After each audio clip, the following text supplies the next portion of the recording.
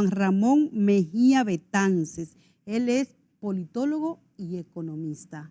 Ya ustedes saben entonces de qué vamos a hablar este domingo. ¿Cómo está usted? Bienvenido. Muy encantado de estar aquí contigo, la verdad, Ana, un verdadero placer estar en tu programa, que siempre lo he visto, pero no había tenido el honor nunca de haber compartido contigo.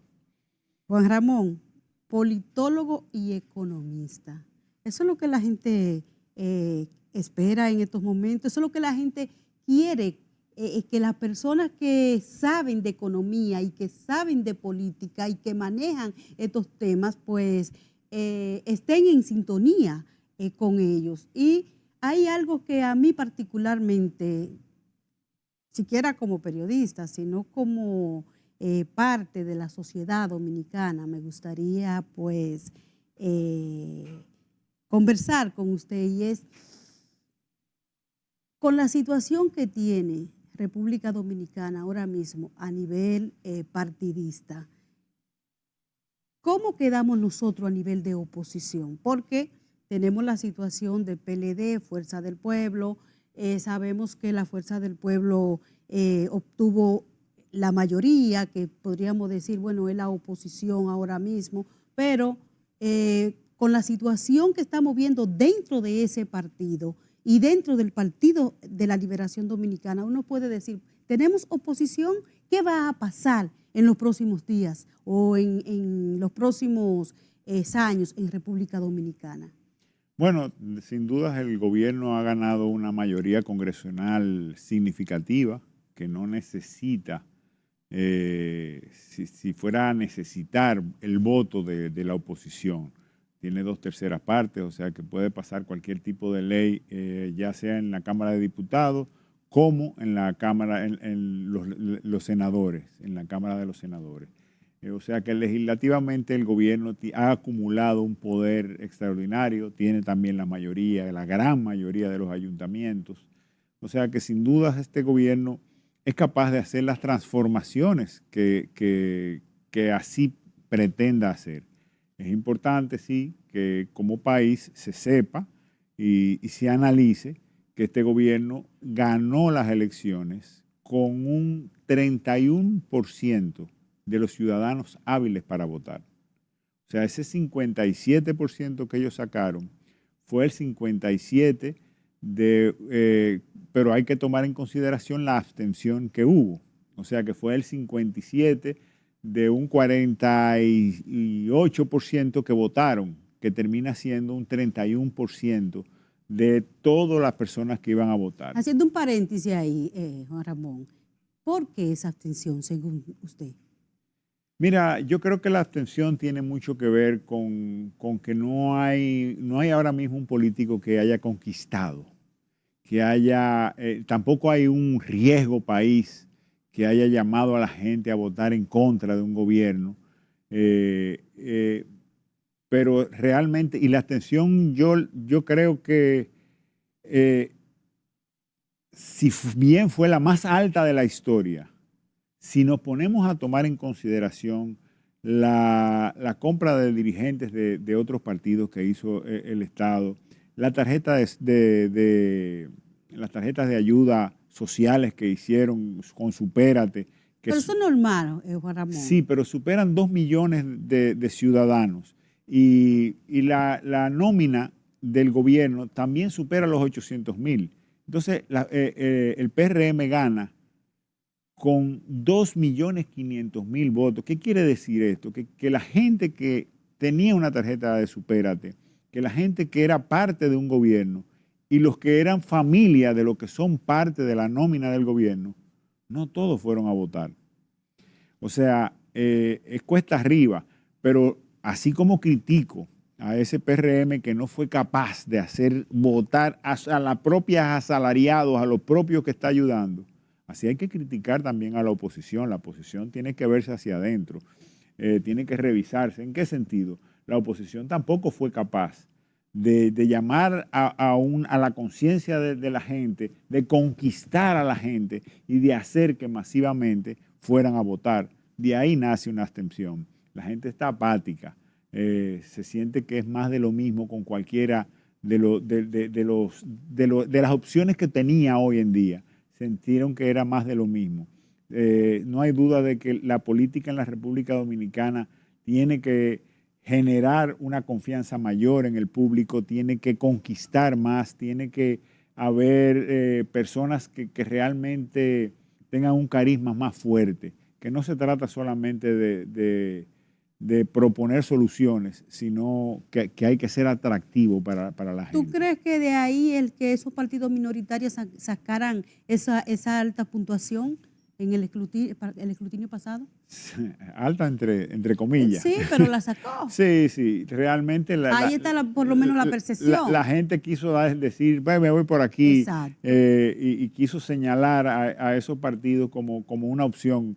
Y es una tendencia, incluso no solo de República Dominicana, mundialmente en Latinoamérica han comenzado a surgir personas casi sin partido que han ganado elecciones, porque la gente está cansada de lo mismo y realmente hay que generar una confianza mayor en el público. Si no se logra, pues obviamente vamos a en cualquier momento, y Dios quiera que la elección que se haga en la República Dominicana, en el momento que el cansancio nos lleve a votar por un desconocido, Dios quiera que ese desconocido sea una figura que realmente le aporte al país. Porque en otros casos hemos visto cómo han llegado otros presidentes que realmente no le han aportado al país, sino que todo lo contrario, su poca experiencia, su poca capacidad, lo que ha hecho es restarle a las economías y al desarrollo de los países. Yo insisto, ¿qué va a pasar entonces? Según su percepción, ¿qué puede pasar en el 2028 con la oposición? Mira, realmente este gobierno tiene unos retos en términos económicos significativos. Este gobierno tiene una llamada reforma fiscal que por ley debimos hacerla con el objetivo 2030, debimos hacerla anteriormente, debimos haberla hecho ya en el 2015, si no me equivoco, y no se ha hecho. No se ha hecho esa reforma fiscal. Ya prácticamente con la cantidad de préstamos que tomó el gobierno en el cuatrenio pasado, en este cuatrenio que va a terminar ahora en agosto, que es históricamente el endeudamiento más grande que ha tenido un país en toda su historia, de la República Dominicana, perdón, y sin duda va a tener que afrontar una reforma fiscal que tiene unos costos políticos muy altos.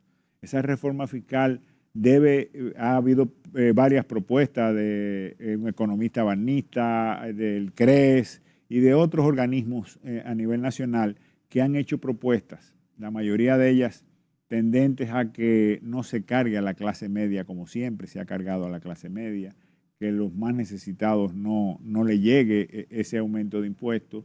El CRES propone que se bajen los impuestos y que se amplíe la base imponible. Aquí tenemos evasión de fisco de un 43% del ITEVI y de un 60% del impuesto sobre la renta, lo que quiere decir que todavía hay mucha tela por donde cortar. Yo entiendo que el gobierno debe darle facilidades a las empresas y a los ciudadanos para que se formalicen. Hay que trabajar con el anticipo. El anticipo es una pieza odiosa que le impide a muchos emprendedores formalizarse, porque después en el siguiente año no tienen la capacidad de pagar ese anticipo, se enredan económicamente y pues no le da. A eso hay que revisarlo. Yo creo que hay que hacer un impuesto sobre la renta escalonado, empresas MIPYMES, la pequeña, la mediana, y que sea escalonado, igual que el salario, que es escalonado el impuesto que se le cobra, igualmente así debe ser las empresas, para que haya un nivel más de formalización.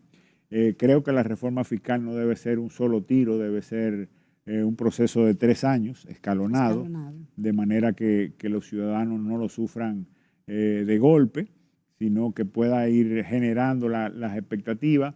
Y obviamente aquí hace falta una ley de responsabilidad fiscal en que el gobierno tenga las manos atadas con el sobregasto, con dónde va a invertir los recursos del Estado. Así como te dije que el gobierno ha tenido un récord de de endeudamiento en la República Dominicana, tenemos que hablar de que el gobierno ha hecho un récord también de baja inversión de capital. La República Dominicana en estos casi 4 años de gobierno ha tenido la más baja inversión en obras de capital, en obras que generan riqueza, en obras que se reproducen. Pongo un ejemplo. Cuando usted hace una carretera hacia Bávaro, Punta Cana, genera un urbanismo, pues obviamente eso generó por muchos años la inversión extranjera y la inversión privada en el desarrollo de esa ciudad, con ese urbanismo y con esa carretera que se hicieron ahí. Y eso hoy hace que este gobierno pueda hablar de 10 millones de turistas, pero puede hablar de 10 millones de turistas porque hubo una inversión en infraestructura. Igual pasa cuando haces un camino vecinal en un monte, haces un camino, lo arreglas, lo entalvias, y tú ves que fincas que no eran productivas, de repente comienzan a sembrar porque ya pueden sacar su fruto. Pero eso es bueno, Juan Ramón, porque usted me está hablando ahí de una continuidad de Estado, que es por lo que se aboga mucho aquí en este país. Pero claro, pero eso es lo que no se hizo. No se continuaron haciendo obras, no se hicieron suficientes obras en la República Dominicana en este cuatrenio. Comenzamos con la primera promesa, no quiero ir a las promesas gubernamentales porque estaría politizando este tema, pero aquí no hay grandes obras que exhibir que generen realmente, que hayan generado empleos en ese momento y que en el futuro generen desarrollo. Tú haces una 27 de febrero y ves como inmediatamente todo lo que está alrededor se comienzan a hacer edificios, se comienzan a hacer torres. O sea, la inversión pública adecuada genera desarrollo. El metro, por ejemplo, es una obra que trae a la gente desde Villamella y puede venir dignamente sin montarse en un carro público, con calor, con sudor, venir dignamente a trabajar a la ciudad. Igual pudiera ser si se hace esa obra que tanto se ha prometido, tanto se ha hablado, de un ferrocarril que recorra todo el Cibao y que una la costa del Atlántico con el Mar Caribe. Sin duda, cosas así son las que generan riqueza y han generado desarrollo en todos los países del mundo. Y eso es lo que nos ha hecho falta. 30.000 millones de dólares en préstamos, sin haber dejado un legado de obras en la República Dominicana, es preocupante. Voy a echar un poquito para atrás, Juan Ramón, porque tú dijiste que esa reforma fiscal se debió haber hecho desde el 2015. Sí. Entonces, ¿no fue irresponsable el gobierno de turno, el gobierno de esa época? Y no estamos arrastrando en este momento el que esa reforma fiscal se debió hacer en el 2015. Absolutamente sí. Claro que sí. Sin duda que esa reforma fiscal debió haberse hecho y fue irresponsable el gobierno de turno en ese momento de no asumir la responsabilidad. Así también me preocupa mucho la ley de capitalización del Banco Central, que el Banco Central tiene un déficit cuasi fiscal creado por la crisis bancaria del 2003 y se hizo una ley en el 2008, se hizo una ley de capitalización del Banco Central para desaparecer ese déficit cuasi fiscal y se cumplió por 2 o 3 años el aporte que tenía que hacer el gobierno al Banco Central y ha dejado de cumplirse. El gobierno pasado fue irresponsable también, no aportó lo que le correspondía según esa ley y este gobierno también ha olvidado esa ley. ¿Y qué tenemos como consecuencia? Un déficit cuasi fiscal que va en aumento, una deuda de todos los dominicanos a través del Banco Central que va en aumento, que va creciendo, que ha sido cubierta con la gracia de Dios por los fondos de pensiones que compran bonos del Banco Central constantemente. Pero ¿hasta cuándo? Es sostenible que un Banco Central que no genera riquezas, sino que lo que es un costo, su estructura, reciba depósitos que no lo puede colocar para ganar dinero, sino que los recibe sencillamente para pagar, entonces genera un gasto y es una bola de nieve. Que ¿cuál es la realidad económica ahí, en ese puntito que usted me está hablando? ¿Cuál es la realidad? Se está hablando de que el dólar va a subir ahora en estos momentos. ¿Cuál es la realidad económica de República Dominicana? Mira, República Dominicana, a mí me gusta mucho como el gobernador del Banco Central juega con los números, pero no miente. Yo soy muy defensor de que el gobernador del Banco Central no es que miente, sino que deja de decir verdades. A mí me gustó mucho un artículo que publicó el Banco Central este mes de mayo, antes de las elecciones, hablando del crecimiento de abril, de que el crecimiento de abril fue de más de un 7% interanual, y lo explicaba con bombos y platillos. Y explica, porque se le había criticado, que el de marzo no lo había publicado. El de marzo fue de apenas 1.6. Pero en ese artículo que publica en mayo, explicando el crecimiento de abril, dice que crecimos 7 puntos porcentuales, pero que en marzo, por el fenómeno de la Semana Santa, no crecimos nada, crecimos muy poco, de 1.6. Pero si tú te vas al calendario y buscas la Semana Santa del año pasado, estuvo entonces en abril. Entonces el efecto del contrario pasó para este año, pero él esa parte no lo dice. Dice por qué no subió, porque hubo Semana Santa en abril este año, pero subió mucho porque el año pasado subió poco porque hubo Semana Santa en marzo. Entonces, es un juego que tiene. Nosotros vamos por un camino incierto, mayor endeudamiento y menos inversión de capital, menos crecimiento. Tenemos un 2.4 de crecimiento en el 2023, otro récord prácticamente de bajo crecimiento en la República Dominicana, que obviamente el crecimiento económico es que genera capacidad de pago. Por eso las instituciones internacionales miden el nivel de endeudamiento, lo comparan con el Producto Bruto Interno, porque en la medida que un país produce más, es más rico, pues se puede endeudar más, tiene más capacidad de pago de sus deudas. Pero en la medida que comenzamos a crecer en endeudamiento aceleradamente y no así en el crecimiento del Producto Bruto Interno, pues estamos diciendo que cada vez el país es más incapaz de afrontar su deuda. La crisis no está todavía en su peor momento, todavía es maniable, pero yo creo que el gobierno tiene que ponerse los pantalones de cara a hacer inversiones de capital, de cara a generar desarrollo. Yo soy de la escuela de que entiendo que todos nuestros diplomáticos de la República Dominicana deberían estar fuera tratando de aprovechar. En el mundo hay unos problemas geopolíticos extraordinarios.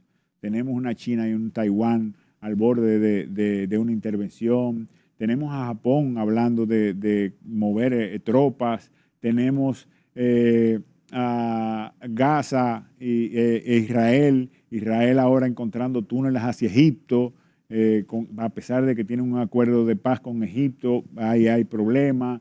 Rusia y Ucrania, Estados Unidos autorizando hoy en día, en el día de ayer autorizó a las tropas ucranianas a que utilicen las armas de Estados Unidos en contra del territorio de Rusia, y a su vez hoy lo hizo Alemania. O sea que geopolíticamente el mundo está convulsionado. Este es el momento de que nuestros diplomáticos en todas las partes del mundo salgan a mercadear nuestra República Dominicana como un país con bajo riesgo de impacto de la geopolítica, y que tenemos la ventaja de que estamos muy cerca del mercado más importante del mundo, que es los Estados Unidos de Norteamérica. Está Canadá, tenemos Latinoamérica, tenemos ruta directa hacia Europa y acuerdos de libre comercio con Estados Unidos, Canadá y con Europa. Sin duda, si nosotros hacemos un agresivo mercadeo de nuestro país, podríamos lograr que un sinnúmero de industrias, de carros, de chips, de computadoras, de tecnología, pues se puedan instalar en la República Dominicana y nosotros mejorar nuestra matriz, porque el turismo, en medio de este problema geopolítico mundial, el turismo es muy vulnerable. Así como es la bendición que tenemos en la República Dominicana, gracias a nuestra espectacular naturaleza, gracias a la visión del doctor Joaquín Balaguer, que declaró zonas turísticas y promovió el desarrollo con leyes de incentivos fiscales. gracias a otros gobiernos que hicieron infraestructuras para que esos sitios se desarrollen. Gracias a todo eso, tenemos un turismo, una industria sin chimenea que genera riqueza para todos los dominicanos, genera empleo para todos los dominicanos, pero es vulnerable.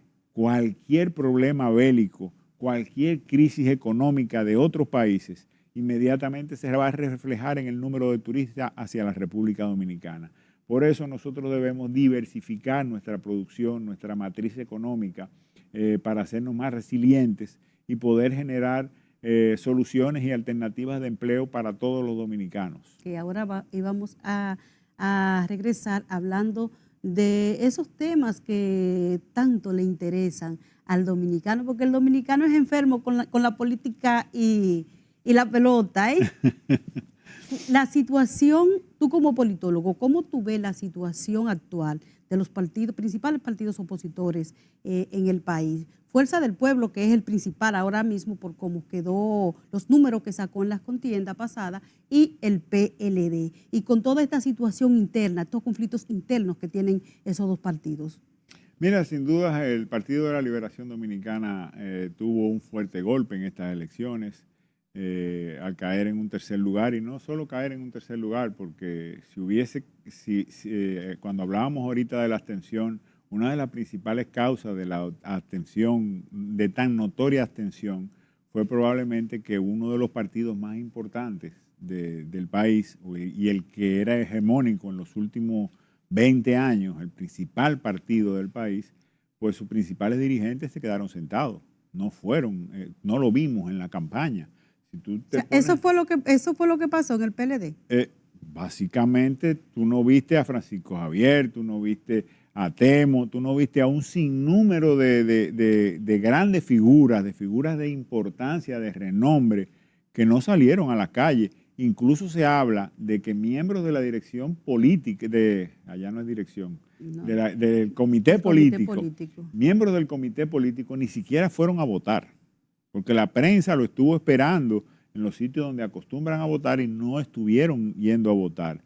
Le preguntaron a qué hora iban para estar ahí la prensa y no fueron a votar. Y obviamente eso lo puede determinar lo concurrente del mismo partido, puede determinar quiénes fueron esos que no fueron ni siquiera a votar. Entonces un partido político que ni siquiera su principal dirigencia haya ido a votar. ¿Y a qué tú crees que se debe eso? Que esta situación por la que está atravesando el PLD ahora, y escuchamos en esta misma semana que el presidente del partido y el secretario, Danilo Medina y Charlie Mariotti, pues anunciaron que no van a volver a optar por esos cargos. De eso mismo se trata. Gracias a Dios, pues obviamente el partido lo que ha hecho es repensarse y decir, bueno, si yo como presidente y yo como secretario, pues no logramos que nuestra dirección política se involucrara en una campaña electoral y contagiaran al resto del partido para que pudieran venir a votar y tener una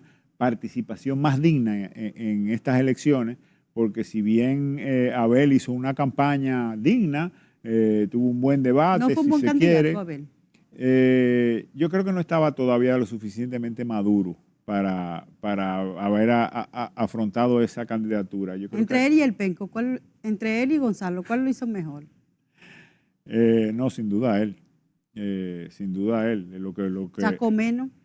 Sí, pero papeleta mató a menudo. ¿Cómo? ¿Cómo así? Sí, claro. Cuando Gonzalo era el candidato, pues contaba con el apoyo del gobierno. Igual que ahora lo contó el PRM y lo contó Luis. Y así vemos candidatos a senadores que prácticamente apabullaron en casi todos los pueblos y fue a base de muchos recursos que se gastaron. Por eso yo digo que a pesar del clientelismo que fue a votar, le fue muy mal al oficialismo llevando a esa gente a votar. 2.500.000 fue poco para lo que se gastó. Pero sin dudas, tú me preguntabas del Penco y el Penco Gonzalo Castillo fue una persona que se le puso apodo, se hizo cosas de comedia, fue un candidato que realmente estaba mucho menos maduro, mucho menos acabado que lo que Abel ha sido candidato exitoso ha sido diputado, presidente de la Cámara de Diputados, tenía un poco más de experiencia. Gonzalo sí tenía una buena gestión, hay que decirlo. Yo creo que una de las mejores gestiones de obras públicas, y cosas que hoy en día se han ido deteriorando en el país, como la seguridad vial, el mantenimiento a las vías, muchísimas cosas que realmente Gonzalo hizo bien. Como administrador parece que sí tenía el talento, lo que no tenía el talento era de manejarse en público, su oratoria no era la más adecuada, que ahí Abel pues, obviamente lo superaba. Pero lo está haciendo bien, va por un buen camino el PLD con esta renovación. Sin duda sí, yo creo que si no hacía eso, estaba destinado a desaparecer. Obviamente con una renovación tiene una oportunidad, tiene la oportunidad de reinventarse, de traer rostros nuevos, caras nuevas. No necesariamente cuando digo nuevo es gente que no la conozca nadie, gente que no hayan ocupado los puestos dirigentes. Y darle más oportunidad a los jóvenes. Exacto, los jóvenes que tengan la oportunidad de generar nuevas ideas, nuevos rostros, una imagen más limpia, pues eso puede ayudar al PLD. La Fuerza del Pueblo, obviamente... ¿Cree que debe de pasar lo mismo? También debe revisarse, debe hacer unas elecciones para la dirección política y unas elecciones para la dirección central. Obviamente, todos los que están no necesariamente permanecerán, debe así renovarse, pero es un partido mucho más democrático. Fíjate que el presidente Luis Abinader llamó al presidente Fernández a una reunión y el presidente Fernández no decidió ir a esa reunión sin antes reunirse con su partido para tomar la opinión. Eso no fue lo que dijo Radamés Jiménez. Obviamente hay una posición de que no era lo correcto y él lo sabía, pero él no dijo que no porque no era lo correcto, sino que fue al partido y lo consultó. Eso es una acción democrática, eso es darle participación. Dijo que no estaba de acuerdo con la reforma fiscal. No, con la reforma fiscal en la Fuerza del Pueblo yo tengo contacto directo y yo sé que la Fuerza del Pueblo tiene toda la intención de apoyar una buena reforma fiscal que vaya en beneficio, pero no puede ser una reforma tributaria para solo cargar tributos. Tiene que ser una reforma fiscal donde se fiscalice lo que se gasta y lo que ingresa. Debemos revisar los gastos del Estado dominicano. ¿Qué ha hecho este gobierno con todos los recursos si no ha habido... Ha recaudado más que ningún gobierno en la historia y ha tomado más préstamos que ningún gobierno en la historia y ha hecho menos obras que ningún gobierno en la historia? Entonces son elementos que son preocupantes y llaman la atención. Tú dices, no tengo resuelto el agua, no tengo resuelto la luz, no tengo resuelto la carretera, no tengo desarrollo, no tengo condiciones para resolverlo yo, pero el gobierno está gastando más. Entonces, lo que quiere es ahora que nosotros paguemos los platos rotos. Nosotros me refiero a los ciudadanos. Y eso es lo que la Fuerza del Pueblo obviamente está mirando. Pero obviamente hay que revisar la propuesta que haga el gobierno. Yo veo la propuesta del CRES, que es bajar los impuestos. Balaguer lo hizo en el 92.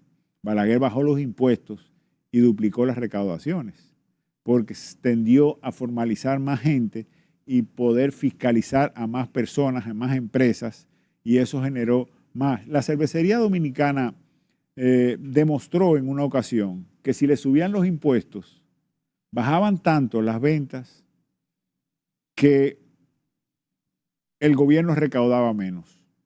Que si le bajaban los impuestos, subían tanto las ventas que el gobierno recaudaba más. De hecho, yo escuché precisamente al presidente actual, Luis Abinader, que hablaba de eso antes de ser presidente. Ese era otro, se llamaban igual. Ya para finalizar este conversatorio, Juan Ramón, que ha sido muy interesante, en esa renovación de la Fuerza del Pueblo, ¿tú crees que debe de ser Omar Fernández el nuevo candidato a la presidencia en el 2028? como una figura joven, que es lo que se estila en estos momentos. Absolutamente extemporáneo. Creo que Omar Fernández ha ganado, ha cursado una batalla, debe recuperarse, debe comenzar a ejercer adecuadamente para lo que fue elegido, debe demostrarle al país que la confianza que depositó las ciudades del Distrito Nacional en él como senador va a tener favorabilidad, va a ser algo adecuado que suma al país esa elección. Pero puede ser el candidato. Pero claro, cualquiera dentro de la Fuerza del Pueblo, yo estoy seguro que puede ser el candidato. Obviamente, la Fuerza del Pueblo, hay que decirlo, la Fuerza del Pueblo es un partido que se forma a base del liderazgo del presidente Leonel Fernández. Y el presidente Leonel Fernández hablaba de que el PLD, Juan Bosch dijo en un momento, yo he sido candidato en 2 ocasiones sabiendo que voy a perder, pero tenía que sacrificarme para poder hacer de este partido un partido que realmente tuviera un peso en el país. Y es lo mismo. El presidente Fernández en este momento, si tuviera ido con otro candidato, yo estoy seguro que el PLD hubiera sacado más votos y no fuéramos el principal partido de oposición. Sin dudas, había que lanzar al presidente Fernández y probablemente el presidente Fernández siga manteniendo su liderazgo. Está muy ecuánime, es una persona con gran experiencia y es un activo de la República Dominicana para cualquier momento de crisis que se avecinarán. Gracias, Juan Ramón. Es placer, encantadísimo de estar aquí contigo. Es la primera, pero no será la última. Así, a los amigos sea. televidentes, quédense con nosotros.